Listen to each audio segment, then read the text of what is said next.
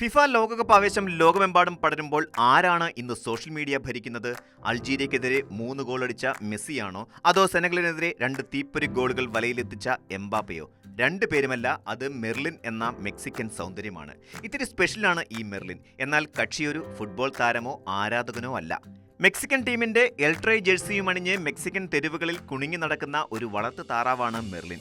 Mexico സിറ്റിയിലെ ഏറ്റവും പുതിയ സെലിബ്രിറ്റി, മെക്സിക്കൻ ആരാധകരുടെ പ്രിയങ്കരൻ. ലോകകപ്പ് ജേഴ്സി അണിഞ്ഞ് തെരുവിലൂടെ നടക്കുന്ന ഈ താറാവ് ഇപ്പോൾ മെക്സിക്കോയുടെ അനൌദ്യോഗിക മാസ്കോട്ടായി മാറിക്കഴിഞ്ഞു.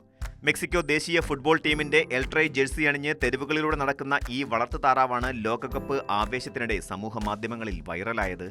തെരുവ് വ്യാപാരിയായ കാർല ഇവറ്റ് ഗോമസിന്റെയും മകൻ ക്രിസ്റ്റിന്റെയും വളർത്തുതാറാവായ മെർലിൻ മെക്സിക്കോ സിറ്റിയിൽ പ്രശസ്തമായ റിഫോർമ അവന്യൂവിൽ നടന്ന ഒരു യാദൃശ്ചിക സംഭവത്തിലൂടെയാണ് ശ്രദ്ധ നേടിയത്. ഈ വീഡിയോയിൽ മെക്സിക്കോയുടെയും ദക്ഷിണ കൊറിയയുടെയും പതാകകൾക്കിടയിൽ നിന്ന് മെർലിൻ തന്റെ കൊക്ക് ഉപയോഗിച്ച് മെക്സിക്കൻ പതാക തെരഞ്ഞെടുക്കുന്നതാണ് കാണുന്നത്. ഈ ദൃശ്യങ്ങൾ സോഷ്യൽ മീഡിയയിൽ വേഗത്തിൽ വൈറലായി. അതോടെ മെർലിൻ ലോകകപ്പ് ആരാധകരുടെ പ്രിയപ്പെട്ട താരമായി മാറി.